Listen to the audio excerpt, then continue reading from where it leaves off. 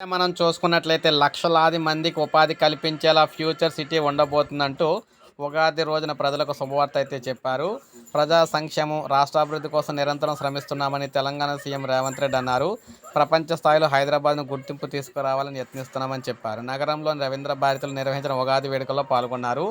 ప్రజలంతా సుఖ సంతోషాలతో ఉండాలని ఆకాంక్షిస్తున్న బట్టి విక్రమార్క ప్రవేశపెట్టిన రాష్ట్ర బడ్జెట్ షడ్రుచుల కలయికగా ఉంది. ఆదాయం పెంచాలి, పేదలకు పంచాలనేదే మా ఆలోచన. బడ్జెట్లో విద్య, వైద్యం, మౌలిక సదుపాయాలకు అధిక నిధులు కేటాయించాం. పెట్టుబడులు రావాలంటే శాంతి భద్రతలు అదుపులో ఉండాలి. దేశానికి తెలంగాణ ఆదర్శంగా ఉండేలా రాష్ట్రాన్ని అయితే తీర్చిదిద్దుతాం. మూసీ ప్రక్షాళన, ఫ్యూచర్ సిటీ నిర్మాణానికి ప్రయత్నిస్తున్నాం. ఫ్యూచర్ సిటీ ప్రజలు నివసించే నగరమే కాదు, పెట్టుబడుల నగరం. లక్షలాది మందికి ఉపాధి కల్పించేలా ఫ్యూచర్ సిటీ నిర్మాణం ఉంటుంది. అభివృద్ధి జరుగుతున్నప్పుడు కొన్ని అడ్డంకులు తప్పవు. ఏ విధానానికి ఇక్కడ 100% ఆమోదం ఉండదు. శ్రీమంతులు మాదిరే పేదలు కూడా సన్నబియ్యం తినాలని ఆకాంక్షిస్తున్నారు. గత ఏడాది 1.56 లక్షల మెట్రిక్ టన్నుల వరి ధాన్యం ఉత్పత్తి సాధించాం.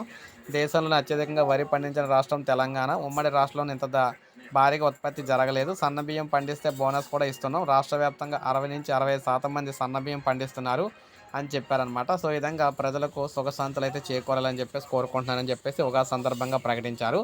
సో ఇది మనకు అప్డేట్. ఒక లైక్ చేయండి, సబ్స్క్రైబ్ చేసుకోండి, మన ఛానల్ సబ్స్క్రైబ్ చేసుకోండి.